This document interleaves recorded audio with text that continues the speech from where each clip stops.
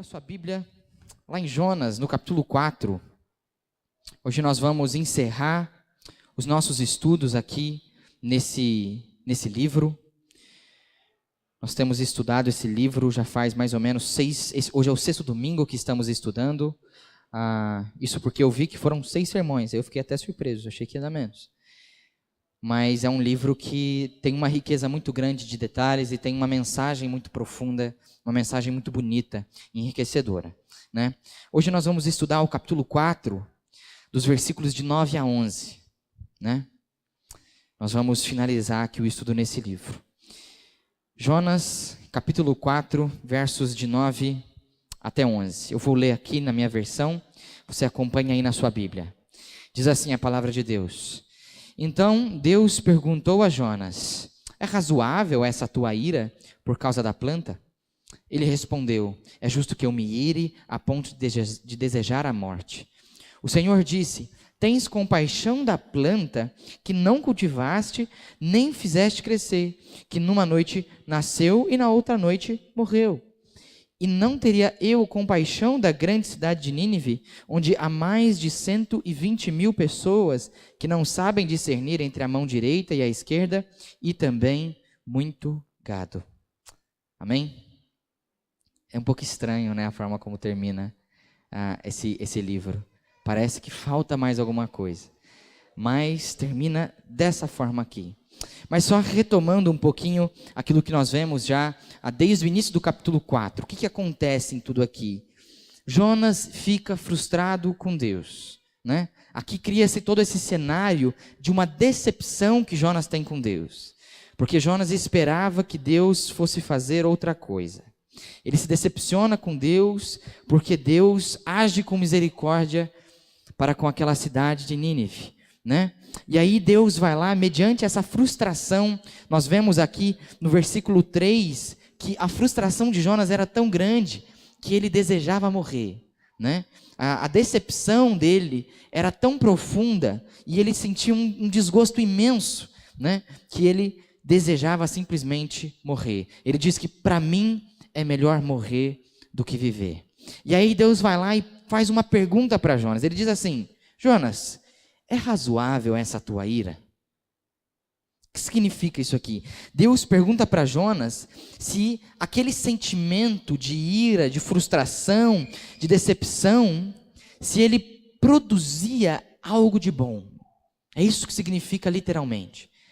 O que você está sentindo aí, produz algo de bom? De alguma forma, isso aí tem alguma razão. Obrigado. De alguma forma, esse seu sentimento, ele está correto. Há uma razão que torna a sua ira algo bom, algo correto, algo justificável. Em outras palavras, o motivo da sua frustração está correto. Acho que essa é a melhor forma de definir aquilo que Deus pergunta para Jonas. Porque você está bravo, você está irado, você está frustrado por causa de alguma coisa. Esse motivo é um motivo bom? É um motivo correto? Você tem razão nisso, né? Jonas, ele estava muito consternado mediante tudo aquilo que estava acontecendo. Ele estava extremamente aborrecido, irritado, nervoso, porque o Jonas, não tinha pena nenhum daquele povo, né? E ele também achava que Deus não deveria ter. Ele não tinha pena daquele povo porque ele sabia que era um povo cruel. Jonas sabia das crueldades que os ninivitas faziam. Nínive era a capital do Império Assírio. Um império que posteriormente dominou, levou para o exílio toda a nação do Reino do Norte. Todo aquele reino. 10 tribos e meia são levadas para o exílio pelo Império Assírio, cuja capital é Nínive. Talvez Jonas ele discordou e ele não tinha pena nenhuma porque ele imaginava que se Nínive permanecesse uma cidade grande como era e com a influência que tinha e o poder que tinha nas mãos, a liberdade do seu povo estava ameaçada. Porque isso era uma coisa que ele via acontecer ao redor dele, né? Ele via as outras nações ali perto de Israel serem dominadas. As nações sofrerem um abuso daquele grande império assírio. Porque eles chegavam, eles matavam o rei, eles colocavam uma outra pessoa para governar, eles cobravam altos impostos para que aquele povo continuasse vivendo numa falsa liberdade. Então, Jonas, ele tinha medo dessas coisas. E por isso, ele não tinha pena nenhuma do povo de Nínive. Ele não achava que aquele povo merecia de forma alguma a compaixão e a misericórdia de Deus. Então, vemos que esse é o motivo da ira de Jonas. Mas ele não está certo. Deus pergunta para Jonas: Jonas, é razoável essa tua ira? O motivo da sua ira, da sua frustração, está correto? E o motivo da frustração de Jonas não estava correto, né? E depois desse questionamento, Jonas, ele toma uma atitude muito infantil. Ele não responde para Deus. Ele visualiza e não responde, né? Ele fica offline. E Deus fica lá esperando uma resposta. Talvez Deus perguntou isso justamente para que Jonas ficasse pensativo. E aí a atitude de Jonas ele sai da cidade. O texto fala, aqui no versículo 5, que Jonas saiu da cidade e ele se senta ao oriente dela. É isso que Jonas faz. E isso que Jonas faz, talvez não era a melhor atitude para um profeta fazer. Por quê? Imagina o cenário. Nínive é uma grande cidade cheia de gente que não conhece a Deus, certo? Então, não existia nenhum líder religioso naquela cidade. Não existia ninguém que dominasse as escrituras, os textos da lei, os textos proféticos que eles já tinham. Não tinha ninguém. Nada nos leva a imaginar que havia uma sinagoga naquela cidade. Porque era uma cidade muito grande e opressora de toda a religião e toda a nação judaica, né? Então, como que Jonas, a única pessoa que conhecia a Deus, que estava dentro daquela cidade, ele vai lá, ele prega, as pessoas se convertem, e ele simplesmente sai. Quem ia cuidar daquela gente? Quem ia instruir aquele povo? Um povo que era recém-convertido tinha dúvidas. Nós vemos isso na Bíblia, né? O povo, quando eles saem do Egito, eles estavam todos contaminados com toda a cultura egípcia, acostumados a viverem como escravos. Assim que eles saem, eles têm muitas dúvidas que eles vão jogar para Moisés. Tem muitas coisas que eles vão perguntar: Moisés, como que a gente faz isso? Moisés, como que a gente faz aquilo? Mas Jonas, ele não cumpre com a sua atividade de profeta, com a sua responsabilidade como profeta. Por isso que ele toma uma atitude muito infantil. Ele sai da cidade, mas ele não sai simplesmente virando as costas. Ele sai e se senta num local ali próximo à cidade. Eu imagino que talvez seja um monte, onde ele consegue ver a cidade. E o que Jonas esperava? Jonas esperava que Deus fosse mudar de ideia. Ele esperava que Deus... o que eu penso é que Jonas saiu da cidade e falou assim: vamos ver se eles vão continuar no caminho de Deus se não estiver aí.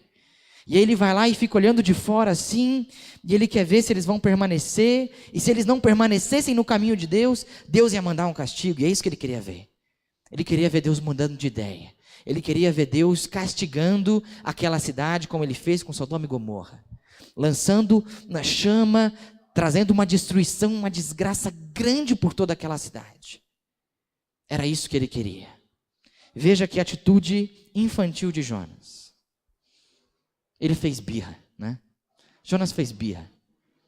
Falou: Deus, eu não concordo com o que o Senhor fez, e eu vou fazer uma birra. E aí diz que ele faz uma tenda, e ele fica embaixo dessa tenda, porque ele ficou por ali algum tempo. Vamos lembrar que a pregação de Jonas, qual que era? A pregação dele, resumida, era assim: Nínive será destruída em 40 dias. Era isso que ele falava para o povo. E o povo rapidamente se converteu. E também rapidamente Jonas sai da cidade. Então parece que ele arma uma tenda para esperar esse tempo passar. Deus falou que em 40 dias ele ia destruir. Vamos ver se ele não mudou de ideia. talvez ele ainda destrua essa cidade aqui. E ele fica lá um bom tempo. Ele fica um bom tempo ali. E nós vemos então que depois do questionamento de Deus, que está no verso 4, Deus pergunta: é razoável essa tua ira? Tudo isso aqui acontece, Jonas sai da cidade. Nós vemos que Jonas não havia entendido que a ira dele não era razoável. Ele não havia entendido que o motivo da ira dele não era correto.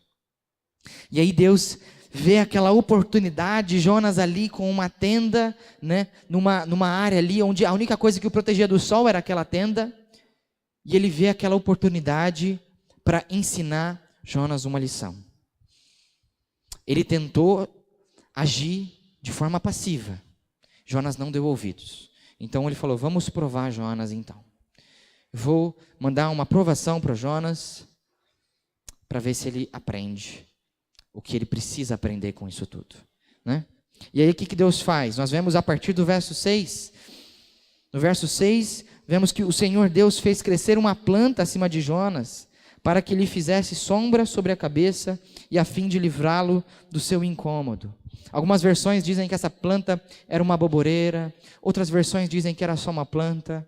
Melhor a gente ficar só com planta, porque o texto fala o nome específico da espécie da planta, só que isso no hebraico antigo. Então não tem muito como a gente saber, né? O que nós podemos pensar é que é uma planta que cresceu a ponto de fazer sombra.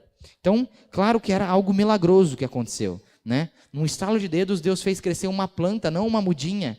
Deus fez crescer uma grande planta que cobria ali a tenda de Jonas e fazia sombra. E Jonas, ele fica feliz com isso, né? Porque tornava a sua estada ali menos incômoda.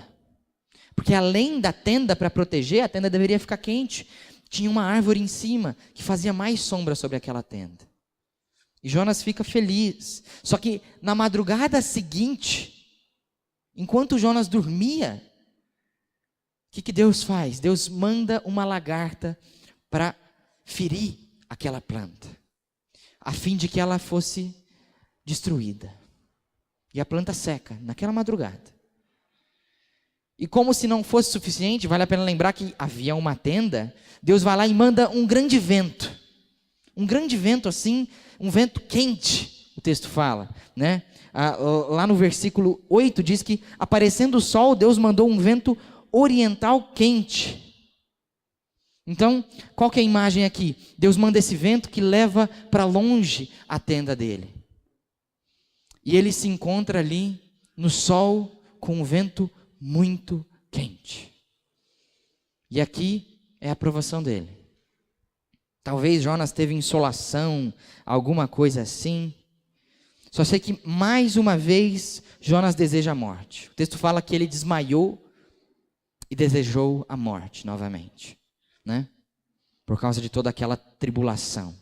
E aí Deus questiona Jonas mais uma vez.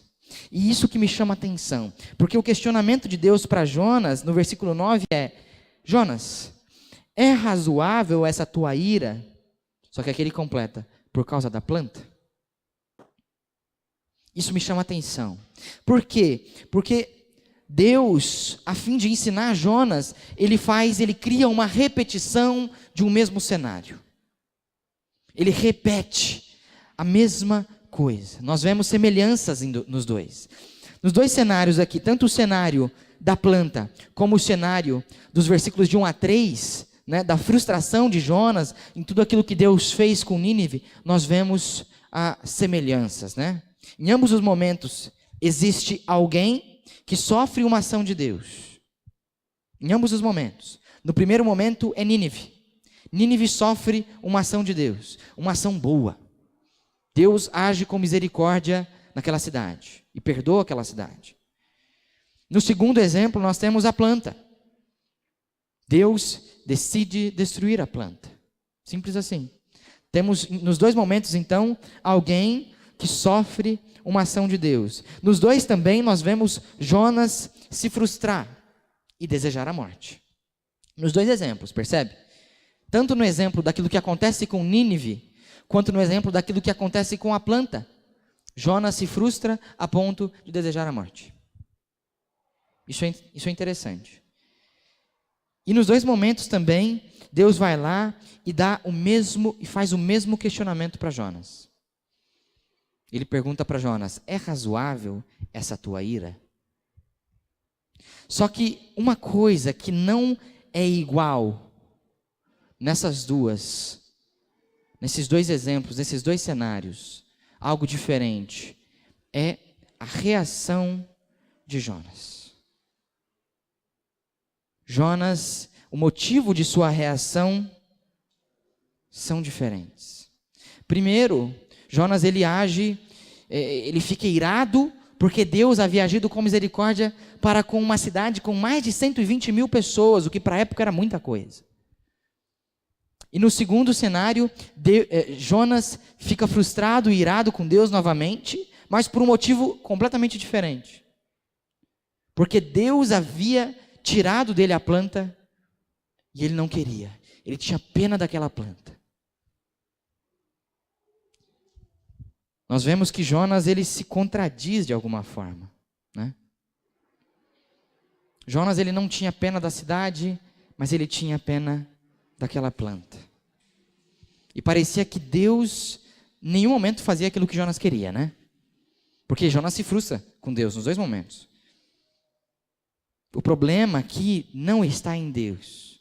O problema aqui não está em Nínive, o problema aqui não está na planta, nem na lagarta que comeu a planta. O problema está em Jonas. E Deus queria ensinar uma lição importante para Jonas. Desde o início de todo esse livro, Deus queria ensinar para Jonas que pessoas perdidas são importantes. Era isso que Deus queria ensinar desde o início. Pessoas perdidas são importantes. Jonas não sabia disso. Porque, mediante toda aquela situação com a planta, Jonas não foi capaz de sentir pena e sentir um sentimento de compaixão pelas pessoas. Mas ele sentiu pena e compaixão pela planta. Ele sente pena daquela planta. Aquela planta fazia algo de bom para ele, né? Aquela planta o protegia do sol. Mas ela não era mais importante do que as pessoas. E Jonas não sabia disso. E Deus queria ensinar para ele que ele deveria sentir compaixão daquelas pessoas, porque elas são importantes para Deus. E o que eu queria trabalhar com você nessa noite é responder essa pergunta: por que as pessoas são importantes para Deus? Especialmente, por que as pessoas perdidas são importantes para Deus? E eu queria, nesse texto, do 9 ao 11, olhar para duas coisas que as pessoas são, que as tornam importantes para Deus. Primeiro, as pessoas são importantes para Deus, pois elas são criaturas suas. É por isso que elas são importantes. E Deus as fez como joia de toda a sua criação. Imagina um anel. Sabe um anel de brilhante, aquele anel bonito, um pouquinho caro, mas bonito? O que é aquele anel sem aquela joia em cima? Ele não é tão bonito. A joia é o toque final, que torna tudo mais lindo. E Deus nos fez como joia de toda a criação dele, né? O fato de que nós, pessoas, somos criados e criaturas de Deus, é um fato conhecido por quase todos nós, né? Todos nós sabemos disso. A gente conhece o que Gênesis fala.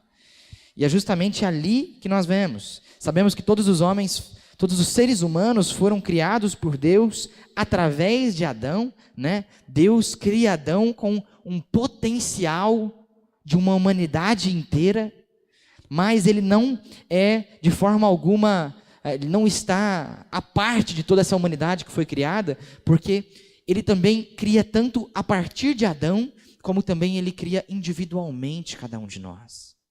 O Salmo 139 nos mostra isso, que nós fomos individualmente pensados. Então nós somos criaturas de Deus. Isso está lá em Gênesis, no capítulo 1, verso 26, onde diz que façamos o homem à nossa imagem, conforme a nossa semelhança. Deus criou o ser humano. Nós vemos em Gênesis 2 esse fato ser melhor descrito, onde ele fala exatamente como ele fez o homem e depois como ele fez a mulher, né? Mas o texto de Gênesis 1:26, ele continua falando que Deus deu ao homem o domínio sobre toda a criação. Ele entregou ao homem o domínio sobre todas essas coisas. O que significa isso? Significa que nós fomos colocados aqui nessa terra, nós fomos criados e nós recebemos uma função de governar sobre as coisas que estão aqui. Isso não é ser autoritário, isso não significa nada mais, nada menos do que cuidar da criação. Não significa que a gente deva destruir ela, mas sim que nós devemos cuidar dela, administrar a criação. É para isso que Deus nos fez, Ele nos deu essa responsabilidade. A criação está subjugada a nós. E nós vemos isso porque, mediante a tantos outros animais, de tantas outras espécies, o homem, o ser humano, sempre prevalece. Simples assim. Mas nós vemos aqui em Gênesis, capítulo 1, verso 26, que Deus, Ele cria o ser humano com um papel diferenciado. Já percebeu isso? Ele cria eu e você com um papel diferenciado daquilo que Ele faz com toda a criação. Perceba isso. Deus não dá para mais ninguém, Ele não cria mais ninguém conforme sua imagem e semelhança. Já percebeu isso? Em nenhum outro ser, em nenhuma outra coisa, nem no universo inteiro, a Terra que é gigantesca, outros planetas, nada disso Ele cria conforme a sua imagem e sua semelhança. Mas a nós, sim. Ele nos cria a sua imagem e semelhança e Ele nos dá uma responsabilidade que Ele não dá para mais ninguém, que é o domínio. Ele não chega para o leão e diz que o leão vai ter domínio sobre todas as coisas. Ele não chega para o elefante e diz isso. Ele chega para o ser humano e Ele dá o domínio sobre todas as coisas. E isso, somente esse fato, já faz do ser humano alguém importante para Deus. Porque em nós, Ele imprimiu sua imagem e semelhança. Ou seja, Deus imprime em nós e colocou em nós aspectos exclusivos seus. Aspectos que Ele não compartilhou com mais ninguém. Somente conosco. Ele compartilha conosco alguns aspectos exclusivos de sua personalidade. Ele compartilha conosco algumas capacidades suas, coisas que somente nós fazemos. Ele nos dá a capacidade de pensar, de raciocinar, de criar. Nós fazemos coisas, nós conseguimos fazer, desenvolver, né, trabalhar com tudo aquilo que Ele nos colocou na criação. Nós também temos a capacidade de amar. Deus nos cria com capacidades exclusivas. E isso faz de nós importantes. Isso faz não somente de nós, cristãos, que somos filhos dEle, propriedade exclusiva do Senhor, mas faz de todas as pessoas importantes. Porque todas as pessoas têm esses aspectos exclusivos de Deus. E onde nós vemos isso? Na história de Jonas, né? Nós vemos naquele cenário que Deus cria relacionado à planta. Quando lá no versículo 10, Deus questiona Jonas quanto à compaixão que ele sentiu por aquela planta. Ele diz assim: tens compaixão da planta que não cultivaste e nem fizeste crescer. Em outras palavras, aquilo que Deus pergunta para Jonas é: você tem pena de algo que você não criou, certo? Você não criou essa planta, você nem plantou isso aqui, você não desenhou isso aqui, e você tem pena, como que eu não terei pena de algo que eu criei? É isso que Deus questiona a Jonas. Ele pergunta para ele isso. Jonas não tinha envolvimento nenhum com aquela planta. Jonas não havia desenhado as suas folhas. Jonas não havia planejado qual seria o fruto que aquela planta daria, qual seria a semente em que ela nasceria. Jonas não havia feito aquilo crescer. Jonas não havia nem se envolvido com o aspecto da agricultura ali. Ele não tinha regado, ele não tinha plantado, ele não tinha mantido, cuidado, podado, ele não fez nada com aquela planta. E aí ele fala, numa noite nasceu e na outra noite morreu. Porque esse era o nível de envolvimento que Jonas tinha com aquela planta. Você não sabia, você não conhecia aquela planta.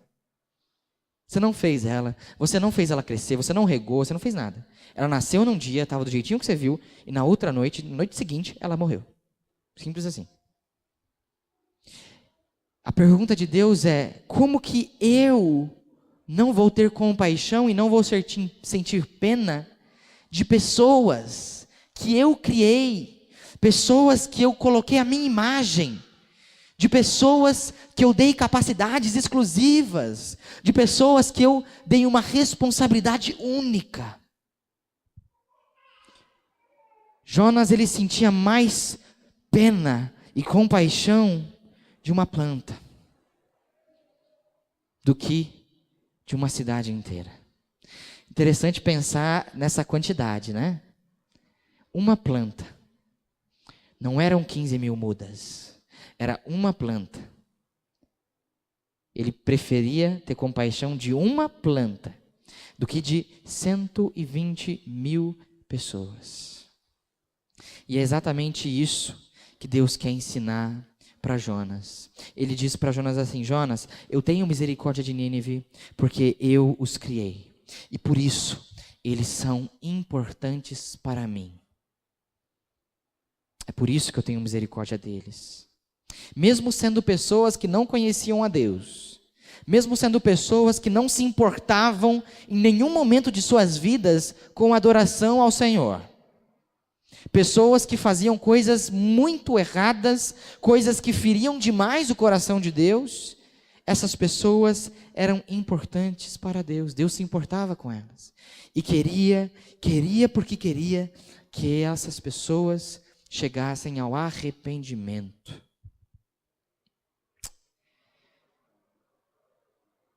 Esse era o desejo de Deus.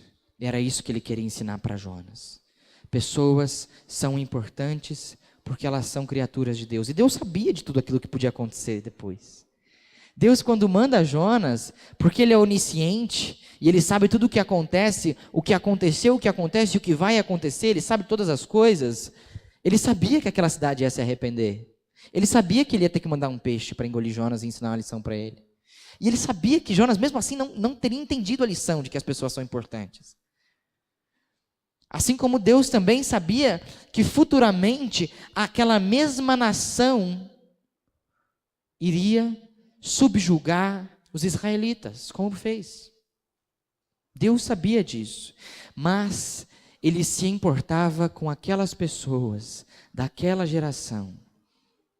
A história nos mostra que somente aquela geração foi convertida. Depois a religião, a fé em Deus, ela foi esfriando, conforme as pessoas que estavam ali naquele momento, na época em que Jonas visitou, conforme essas pessoas foram falecendo, a fé foi desfalecendo, né? Mas Deus sabia de todas essas coisas, e mesmo assim, ele se importava com aquelas pessoas, porque ele as criou. E é por isso que as pessoas são importantes para Deus. Porque todas elas são criaturas de Deus. E um segundo motivo do porquê que as pessoas são importantes para Deus é porque elas estão caídas. Elas não são caídas. Elas estão caídas, né? Importante lembrar que Deus criou as pessoas com outro propósito. Ele não criou a humanidade para o pecado. Deus nos criou para vivermos em santidade, Por isso que nós não somos caídos. Por isso que as pessoas que não conhecem a Deus, elas não são caídas, mas elas estão caídas. E nós vemos isso no livro de Jonas, lá no último versículo, versículo 11, que é justamente aquele versículo que parece ter uma coisa faltando, né? Outras versões acabam invertendo, falando a segunda parte do versículo 1, né? Falando que na grande cidade de Nínive existem mais de 120 mil pessoas que não sabem discernir entre a mão direita e a esquerda. E também muito gado aí, essas outras versões trazem aquela primeira parte aqui no final. E como eu não terei compaixão dessa grande cidade? Mas o texto, ele é nessa sequência aqui. Parece que está faltando alguma coisa. Mas o intuito aqui é fazer uma pergunta reflexiva. Uma pergunta que nos leva a pensar nessa última afirmação de Deus. É um questionamento que Deus faz que coloca em xeque a contradição de Jonas. Porque Deus pergunta assim: você se compadece de uma planta que você não fez e que você não conhecia? Como que eu não vou me compadecer dessas pessoas que eu fiz? De tantas pessoas que eu criei e que estão caídas e que estão perdidas. Esse tipo de impacto que ele queria causar em Jonas, né? Deus se importa com pessoas perdidas porque elas estão perdidas. Simples assim. Porque elas estão caídas. E olhando um pouco para esse texto, para o versículo 11, nós vemos ele dizendo: como não terei compaixão da grande cidade de Nínive, onde há mais de 120 mil pessoas que não sabem discernir entre a mão direita e a mão esquerda. Essa expressão aqui não é usada para dizer que o povo de Nínive tinha um péssimo senso de direção. Não é usado dessa forma. Não é que eles não sabiam o que era esquerda, o que era direita, como às vezes a gente não sabe, né? Essa era uma expressão que indicava a falta de senso moral daquela cidade. A falta de noção do que é certo e do que é errado. Era isso que essa expressão significava. E Nínive era uma cidade muito grande, né? Ele fala que haviam mais de 120 mil pessoas naquela cidade. A gente olha para isso hoje, a gente fala assim, é menos que Americana. Só que isso hoje, né? Hoje uma cidade grande tem 5, 6, 7 milhões de pessoas. Mas naquele tempo, uma cidade, um recinto aglomerado com 120 mil pessoas era muita coisa. Porque as cidades eram diferentes. Cidades, o centro urbano naquela época era um local cercado por muros. Era um local protegido, né? Todo o comércio, toda a riqueza da cidade ficava protegida dentro dos muros da cidade. Se você já pesquisou um pouco sobre Jerusalém, você vê isso também. Jerusalém, a cidade de Jerusalém, ela é cercada por muros, mas não significa que só moravam pessoas lá dentro. As pessoas moravam em áreas rurais, né? Moravam nas suas terras, às vezes um pouco afastado dali. Então, para a época, 120 mil pessoas é muita gente. É muita gente. E, costumeiramente, por ser também uma capital, isso aglomerava muitas culturas também. A gente vê isso acontecer no Novo Testamento, com cidades, por exemplo, Corinto. Corinto era uma cidade portuária que recebia diversas pessoas todos os dias, pessoas diferentes, que vinham de lugares diferentes, traziam costumes diferentes. Isso tornava aquela cidade muito imoral. E Nínive também era imoral, né? A cidade de Nínive tinha muita gente, e gente que não fazia ideia do que era certo e do que era errado. Ela era a capital do maior império da época. E em todo o histórico dessa cidade, tirando esse momento em que Jonas vai lá e prega, não há nenhum registro e nenhum indício de que eles tinham qualquer preocupação em fazer a vontade de Deus. Porque eles não sabiam nada sobre moralidade. Eles não sabiam nada sobre o que é correto e sobre o que é errado. Isso enaltece um pouco o fato de como que aquelas pessoas estavam perdidas. Elas estavam muito distantes de agradar a Deus. Muito longe, muito longe, muito afastadas disso. De fazer qualquer coisa que fosse da vontade de Deus. Esse era um dos motivos pelo qual Jonas não queria ir para lá, né? Eles eram muito imorais, eles eram muito cruéis. E talvez, se nós estivéssemos lá, nós faríamos a mesma coisa que Jonas fez, né? A gente de vez em quando faz isso hoje. A gente vê pessoas que estão muito perdidas, a gente pensa assim, não sei se tem volta, né? Não sei se tem como essa pessoa se converter. Então por que eu vou me desgastar com isso, né? Por que eu vou gastar as minhas forças, vou me estressar, vou me irritar com uma pessoa que está tão perdida que eu não sei se ela sabe voltar. Eu não sei se ela sabe o caminho de volta. Só que exatamente era isso que passava pela cabeça de Jonas, e Deus queria mostrar para ele que ele estava errado, porque ele se importava com aquelas pessoas. Deus se importava com Nínive, porque era uma cidade caída, era uma cidade perdida. Mas por quê? Por que esse fato de serem pessoas caídas e perdidas faz com que elas fossem importantes para Deus? Por quê? Porque Deus criou as pessoas para serem conforme a sua imagem, não para serem conforme a imagem do pecado. Deus criou as pessoas para que elas vivessem em santidade, não para que elas vivessem em devassidão. É para isso que Deus criou as pessoas. E justamente porque eles estavam distantes daquilo que Deus havia os criado para ser, essas pessoas eram importantes para Ele. Porque a graça de Deus a sua graça quer que aquelas pessoas fossem restauradas. Queria isso. Assim como quer hoje. Deus, por sua graça, quer que as pessoas venham ao arrependimento. Ele quer isso. Porque Ele criou as pessoas para isso. Ele criou as pessoas para o adorarem. Ele criou as pessoas para serem um povo de propriedade exclusiva sua. Não para que as pessoas fossem entregues aos seus próprios desejos, entregues aos seus pecados.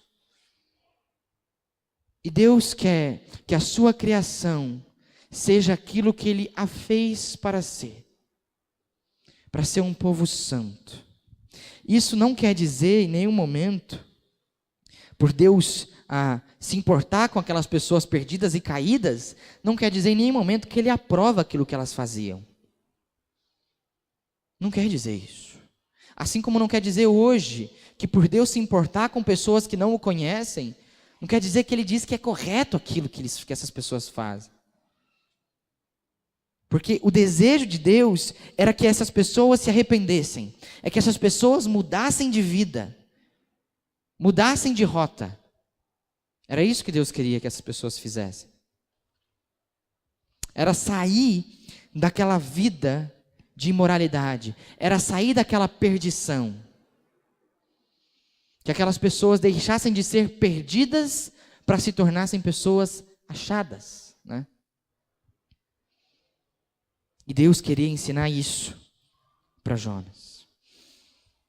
Porque Jonas não tinha noção nenhuma de como as pessoas perdidas são importantes para Deus. E a semelhança de Jonas, eu acredito que às vezes nós também, às vezes a gente perde a noção de como que as pessoas que estão perdidas, elas são muito importantes para Deus. São muito importantes. Porque Deus deseja que essas pessoas venham ao arrependimento. E nós vemos em Jonas, ele agir com misericórdia com uma cidade gigantesca. Ele agir com paciência, ele dá uma segunda chance para aquela cidade. E Deus também dá segundas chances para as pessoas que estão no mundo hoje em dia.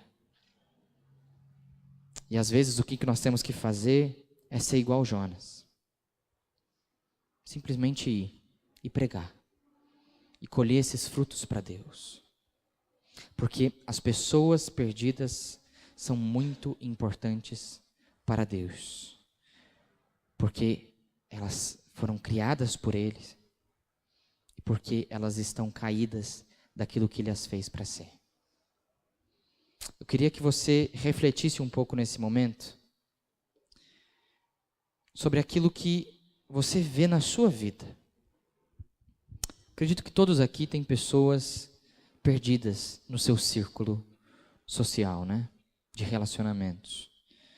Você talvez conhece pessoas que estão perdidas, pessoas que estão afastadas daquilo que Deus quer, daquilo que Deus as criou para ser.